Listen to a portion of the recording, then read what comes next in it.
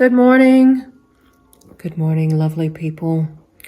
So it's day 5 of my juice fast. Looking a bit tired. My weight this morning is 111.2 kilos, 245 pounds, 0.1. And my total weight loss since I've started this juice fast, so 5 days, is 3.2 kilos, which is 7 pounds. 7 pounds in 5 days. That's a crazy number. And all I'm doing is drinking juice. I'm really, oh my gosh, something's on my nose, excuse me. I'm really eager to get under the 100 kilo mark. There's something very foreboding for me when I've been in the triple digits, like over 100 kilos in the past. And I'm very eager to get under 100 kilos. And so yesterday in the afternoon, not even in the afternoon, from like midday onwards, I was struggling. I felt detoxy. I felt flat. And not just that, it was the mental challenge. That was the hardest part. Just being so overwhelmed with those big numbers. But I'm just focusing on day by day. And I find that if I'm half hungry, if it's been a while since I've had a juice, I start thinking about the longevity of this juice fast. And it's huge. I mean, it's a huge number. But if I can just break it up into small periods, hitting 20 days, then hitting 40 days, and then just evaluating how I feel at those marker points. And for sure, I'd like to do 60 days. And I feel like for my body, I must. And I would like to do 90. I'm sure once I get to 60, hopefully, I will say to myself, right, only 30 more days, you can do this. I don't know. I'm not going to put that pressure on myself because it just seems so huge, that milestone. So, but you know what? It's been 5 days. I've lived on juice. So it's doable. And there's thousands of people that have done it also. But it's definitely not easy. I'm finding it's more difficult, not when you first start, but I feel like day 4, probably, I don't know. I don't feel like I want to eat this morning, as in like I haven't had thoughts of food and that, but it's more so the longevity, the mental challenge of embracing a life of no food for 3 months. It's pretty big. Also yesterday, I started feeling like I had pain in my lymph nodes under my arms. And I don't know what was going on there. I also felt a little bit of pain in my right flank, in my right side. I woke up at 5 o'clock with what I thought was coming on a brutal headache, like a detox headache. And I thought, oh my gosh, here it is. And I actually went back to sleep until 7 and the headache was gone. So things are happening. And I don't know what is going on, but I know my body is just like, oh my gosh, what is she doing? This is great, but this is hard. I don't know what my body's thinking, but also one thing I will note about bowel movements here, I might be having one a day at the moment. When I have followed other people doing juice fasts, they talk about not even talk about, I'm seeing the pictures, like people are posting their poo online for educational purposes, which I can absolutely appreciate because I learned from it as well. And they're posting heaps of stuff coming out of them. I know I'm only on day 5. I have no idea if I'm backed up or not, but we'll find out should I keep going. But right now it's like maybe 1 bowel movement a day. And my body is obviously using a lot of that energy from the juice. I don't know, but I'm certainly losing weight, and I have been feeling hungry, or empty. Empty is probably the word. Not hungry so much because I've had more nutrients than ever, but I have certainly felt empty, especially before I go to bed at night. But I feel fine in the morning. Isn't that funny? You feel empty and hungry when you go to bed, but when you wake up, like, I feel pretty satiated. But then around 8:30, I will have my first juice. And it's usually, I don't know, like a citrus of some sort. And I try and mix it up with something. But yeah, like it's for the most part, it's easy. And I don't know, it's going to be interesting to see how my body goes with this. But like I said, it's a great feeling to get on the scales first thing in the morning, and you know, most of the time you're going to lose weight. And in my case, I've been losing heaps in these 5 days. I don't know if it's going to be like that every day of doing the juice fast. I would suspect it would, because I have a lot of weight to lose. And 35, something like 38 kilos or something like that. I haven't checked, but it's a big number. It's at least 30, 35 kilos.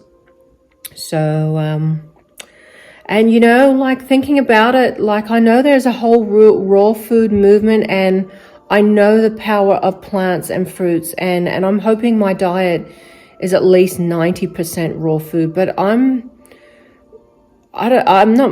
most likely not going to be raw vegan after this, as in 90% I will be, but in the past, I know how I've needed other things. I feel like my body's told me that I've needed other things. And in fact, there's a lot of raw foodists that had been on the movement and had been raw foodists for 10, 12 years that have, even though they stay a little, 80, 90% raw foodists, they end up having some fish in their diet, some eggs in their diet, or some cooked vegan food, because not all bodies are the same. And although a juice fast, I think, is the best way to really give your body an amazing clean out.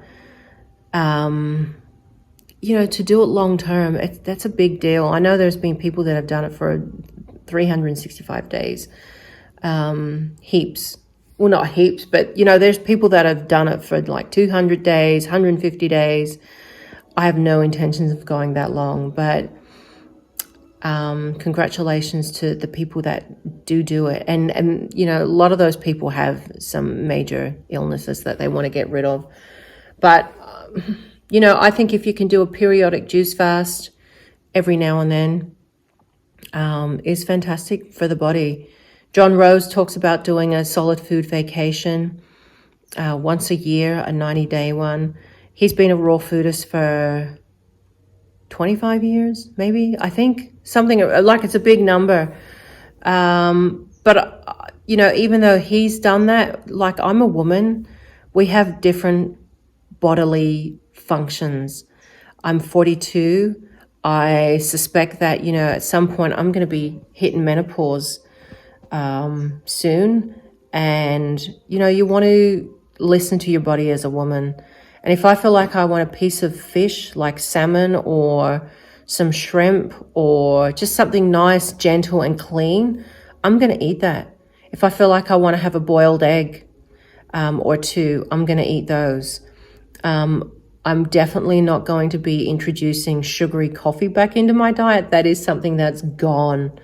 The sugar fiend, habit that I've had for forever, is going. I'm no longer going to be drinking coffee or milk.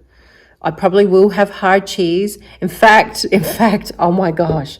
So being here in the desert, we don't have access to, we have access to, fruit and vegetables, but not really quality cheeses. In fact, you can't even really get very top quality cheeses in Woolworths. You can get some, but I've taken it to a next level. I've actually ordered a couple $100 worth of really top quality cheese from Italy, from Switzerland, and from England, from I don't even know if you call them a cheesier. I don't know the people that import cheese, but there's a shop in Sydney that I've bought a bunch of hard cheese from. And I mean, the good thing about hard cheese is that it lasts for, oh my gosh, 2 years. And I've bought, I can't get really good Parmesan cheese here. So I have bought like a chunk of Reggiano Parmesan cheese. What else did I get? Actually, let me read to you what I've got here if you're interested.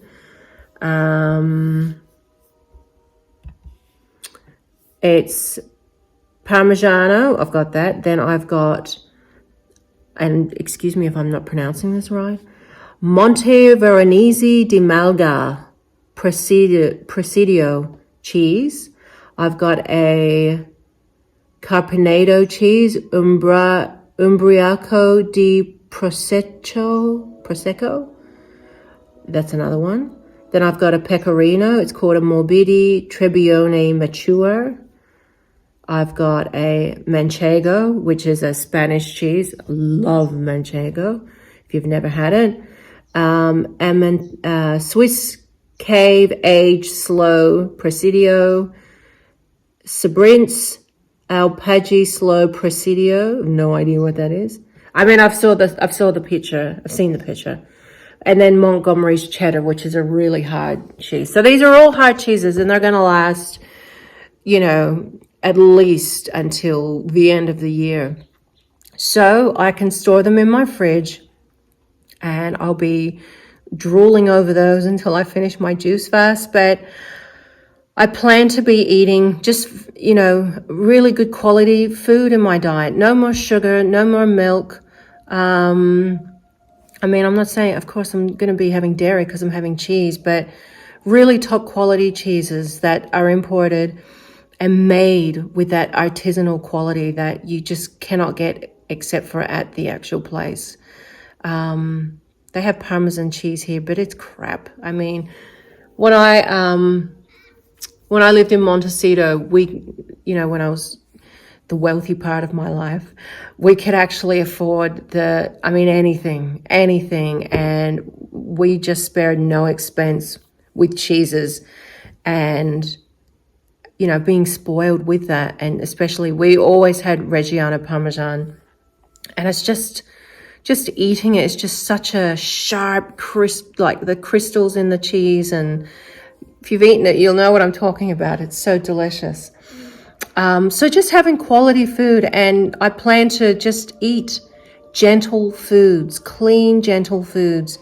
I used to make a really, I just created this vegetable melt is what I call it. And all it is like all these beautiful thinly sliced vegetables, zucchini, peppers, mushroom, pieces of full cabbage, it's like a layered, like a vegetable lasagna, but just built and made with vegetables. And I used to put some cottage cheese, ricotta or cottage, and then just top it and put some fine layers of hard cheese on the top and cook that in the oven. Oh my gosh, people of Earth, it was just so delicious. And that's gentle food. And in fact, I would say my diet is going to be more focused on the mucusless healing system. I love the works of Arnold Ehret, and Although he absolutely encourages a good fast, he is more focused on eating foods that are mucusless, or at least mucus binding, instead of mucus forming. And so there's obviously fruit is at the top of the list here, where he mentions they are the best mucus binding foods. But there's also, just trying to see if I can find the page of the list of foods. Here it is. This is what it looks like. So there's a whole bunch of foods that he has in here. He actually says milk is mucus binding. So that means if you've got mucus in your gut, in your colon, or wherever in your body, it binds it and takes it out of your body. So milk is actually okay to have. And what else? No cereals, but see, my body doesn't go good with flour and cereals anyway. Root vegetables, so sweet potatoes, oh my gosh, are right at the top. White potatoes, oysters, would you believe, are mucus binding. A lot of, actually eggs are one of the highest mucus forming things, so maybe I'll avoid eggs. But again, if I want to eat it, I'll have an egg every now and then. White fish is 2.75 mucus forming, so very low, very low. Flour stuff, rice is one of the worst, which is unfortunate because I love sushi, but thankfully sushi's not around me. So this is probably more so that I would follow, because I know this is the thing. I know this video is dragging on a bit, but this is my diary entry, so I figured if people want to watch or listen, they will. If you don't, you won't. But what I want to talk about is the whole raw food movement. People spend so much time, and not dogging anybody or not saying it's bad, but people spend so much time making really, really, really complicated dishes, with nut cheeses and fermented cheeses, which I mean, more power to them. They look amazing, but I would rather much have a simple, real version of cheese than spend not only, I mean, the stuff is so expensive to buy, but then to make a cheese that I know is high in oxalates. My body does not agree with nuts. Maybe raw foodists can eat a lot of nuts, but I can't. Like, I really feel, no pun intended, but I feel seedy. I really feel just yucky after eating seeds. Sorry, not even seeds, but nuts like cashews, almonds. I don't know.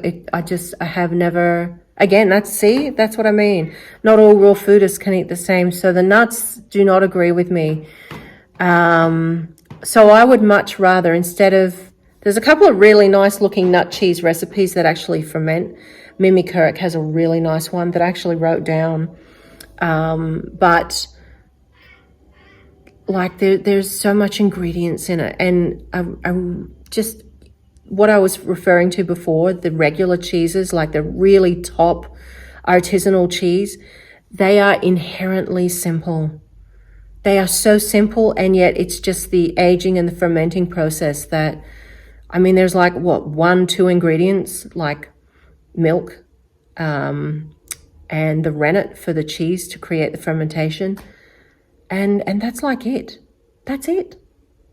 So, and then whatever flavors, and like, I don't know how they make the cheesy flavors, but, cashew cheeses and things, like some of them have like 10 or 12 ingredients in them. And I know that when I lived in California and in, the early 2000s, I'm sure there's heaps of raw food restaurants and stuff now, but there was a restaurant that I absolutely indulged in, and I just thought the food was so amazing. Giuliano's Raw down in Santa Monica.